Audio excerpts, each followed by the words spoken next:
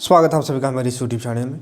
तो आज की वीडियो में देखेंगे 9th क्लास का सोशल साइंस इतिहास का दूसरा चैप्टर यूरोप में समाजवाद एवं रूसी क्रांति का MCQ most important objective question.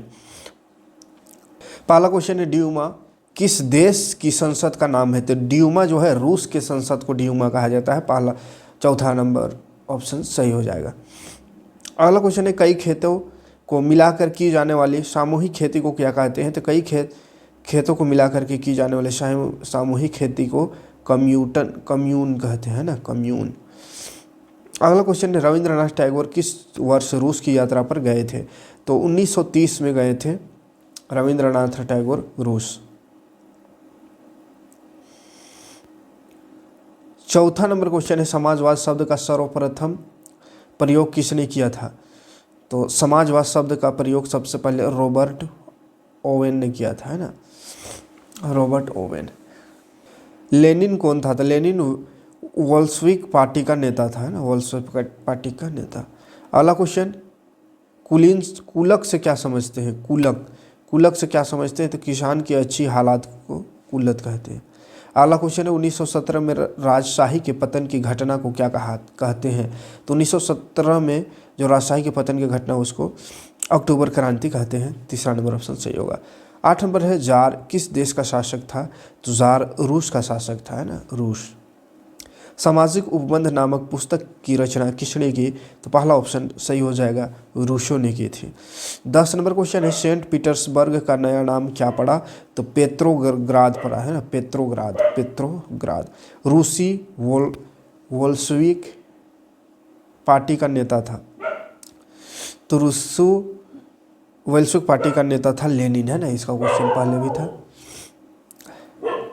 अक्टूबर क्रांति प्रारंभ होने के समय रूस के प्रधानमंत्री था। तो केरेंस्की था, है ना, केरेंस्की रूस का प्रधानमंत्री था उस समय जब अक्टूबर क्रांति प्रारंभ हो रहा था। लेनिन के बाद रूसी कम्युनिस्ट पार्टी का नेतृत्व किसने किया। तो उसके बाद स्टालिन ने किया था। तीसरा ऑप्शन सही होगा।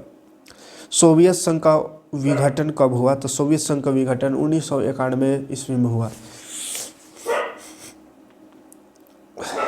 अगला क्वेश्चन साम्यवाद विचार के संस्थापक कौन थे अथवा समाजवादी विचारधारा के प्रवर्तक कौन थे। तो इसका सही आंसर हो जाएगा कार्ल मार्क्स। तीसरा ऑप्शन सही होगा। 16 नंबर क्वेश्चन है रूस में कोल खोज क्या था। तो रूस में जो कोल खोज था उस सामूहिक खेती को कहा गया, कोल खोज। अगला क्वेश्चन है 1929 में किसने रूस में सामूहिकरण कार्यक्रम शुरू किया था। स्टालिन ने किया। दूसरा ऑप्शन सही हो जाएगा। अगला क्वेश्चन है रूसी शासक जार निकोलसन द्वितीय ने कब त्याग पत्र दिया। तो इसने 2 मार्च 1917 में त्याग पत्र दिया था। लुई ब्लॉक कौन था। तो लुई ब्लॉक एक राष्ट्रवादी था। किसके नेतृत्व में मजदूरों का जुलूस विंटर पैलेस पहुंचा। तो पादरी गैपोन के नेतृत्व में। कार्ल मार्क्स कहाँ का निवासी था। तो जर्मनी का निवासी था यह, है ना, तीसरा ऑप्शन होगा जर्मनी का निवासी। दास कैपिटल नामक पुस्तक के लेखक कौन थे। तो कार्ल मार्क्स थे दास कैपिटल नामक पुस्तक के लेखक। दुनिया के मजदूरों एक हो का नारा किसने दिया था। तो कार्ल नार्वस ने दिया था दुनिया के मजदूरों एक हो का नारा। पेत्रोग्राद सोवियत का जन्म कब हुआ। तो 27 फरवरी 1927 में हुआ, 17 में हुआ था, 27 फरवरी 1917।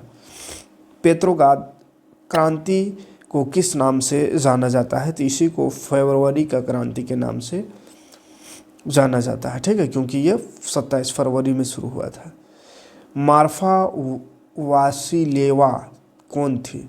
तो मार्फा वासिलेवा 26 नंबर क्वेश्चन मार्फा वासिलेवा कौन थी। तो बहादुर महिला कारीगर थी। पहला नंबर ऑप्शन सही होगा। अगला क्वेश्चन है रूसी शासक जार निकोलसन द्वितीय ने कब त्यागपत्र दिया। तो 2 मार्च 1917 में त्यागपत्र दिया। रूस के संपन्न किसान को क्या कहा जाता है। तो पादरी वर्ग कहा जाता है। किन शक्तियों को केंद्रीय शक्तियाँ कहा जाता है। तो जर्मन, ऑस्ट्रेलिया और तुर्की आंसर हो जाएगा पहला नंबर। 1917 से पूर्व रूस का पर किसका शासक था। तो 1917 से पहले का बात हो रहा है, तो जार निकोलसन दुओ का शासक था। रूसी संसद का क्या नाम था? तो रूसी संसद का नाम डिजूमा। खूनी रविवार के नाम से किस दिन को जाना जाता है? तो खूनी रविवार के नाम से 20 जनवरी 1905 को जाना जाता है। रूस के स्थानीय स्वशासी संगठन कहलाते हैं सोवियत कहलाते हैं, दूसरा ऑप्शन सही होगा।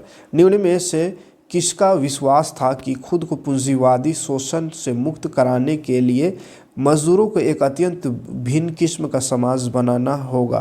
कार्ल मार्क्स का, है ना, तीसरा ऑप्शन।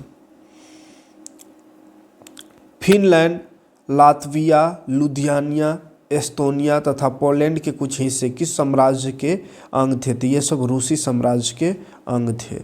मार्क्स के विचारों को मानने वाले समाजवादियों ने 1998 में किस पार्टी का गठन किया था? तो इसका सही आंसर हो जाएगा Russian social democratic workers party. अगला क्वेश्चन है 37 नंबर।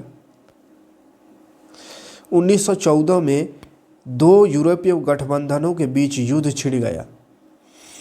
एक खेमे में जर्मनी, ऑस्ट्रेलिया और तुर्की थे, तो दूसरे खेमे में कौन कौन सा देश थे? तो फ्रांस, ब्रिटेन और रूस थे, पहला ऑप्शन।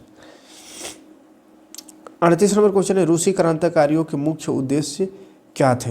तो रूसी क्रांतिकारियों के जो मुख्य उद्देश्य थे वो कारखानों पर मजदूरों का नियंत्रण। ठीक है, तो ये 38 मोस्ट इम्पोर्टेंट MCQ जो कि बोर्ड एग्जाम के लिए इम्पोर्टेंट है। वीडियो अच्छा लगा तो लाइक और कमेंट करिएगा। मिलते हैं नेक्स्ट वीडियो में। Thanks for watching.